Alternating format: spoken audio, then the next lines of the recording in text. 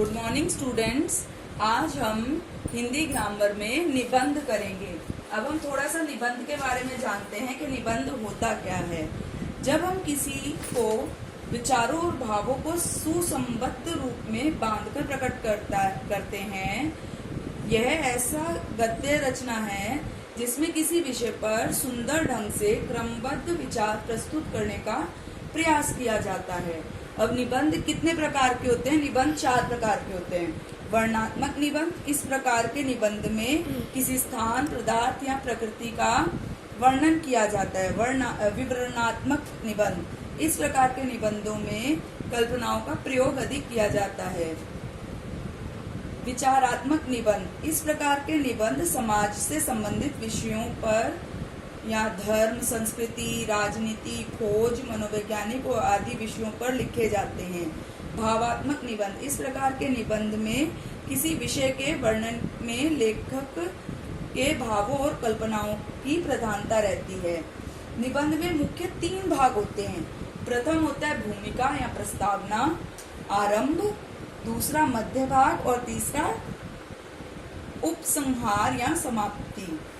अब आज हम करेंगे मेरे जीवन का लक्ष्य। इसकी पहला पॉइंट है भूमिका। भूमिका में क्या है कि हम अपने लक्ष्य के बारे में थोड़ा सा बताएंगे कि जैसे मानव का प्रत्येक कार्य उद्देश्यपूर्ण होता है। एक मूर्ख व्यक्ति भी बिना उद्देश्य के काम नहीं करता। अतः प्रत्येक व्यक्ति कोई ना कोई लक्ष्य रखकर ही काम करता है। अगर हमारा कोई लक्ष्य होगा तभी हम किसी काम के लिए आगे बढ़ेंगे। अगर कोई लक्ष्य ही नहीं होगा तो हम कोई काम की तरफ बढ़ेंगे ही नहीं। दूसरा है बाल्यावस्था की समस्या। जब बालक आरंभ में विद्यालय जाता है तो उसके सामने उसके लक्ष्य होते हैं। वह जैसे जैसे लोगों के संपर्क में आता है वैसे वैसे प्रभाव उस पर पड़ते हैं। कभी तो वह सोचता है कि वह डॉक्टर बन जाए, कभी सोचता है कि अध्यापक बन जाए।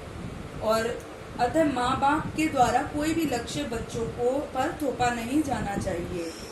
फिर है डॉक्टर बनने का उद्देश्य। अब हमने एक उद्देश्य को ठान लिया है कि हम क्या बनेंगे, डॉक्टर।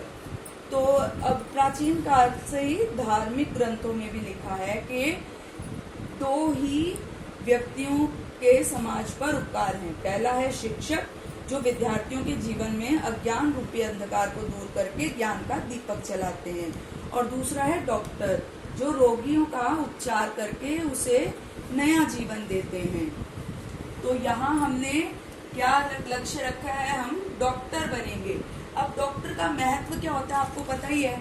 जब डॉक्टर किसी को सही करता है, किसी बीमारी से उसको छुटकारा दिलाता है, तो वह व्यक्ति जो है बहुत ज्यादा मन में उसको धन्यवाद करता है।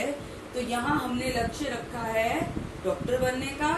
और इसका निबंध जो है मैं आपको भेज रही हूँ, ये आप लर्न और राइट कर लेना। Thank you.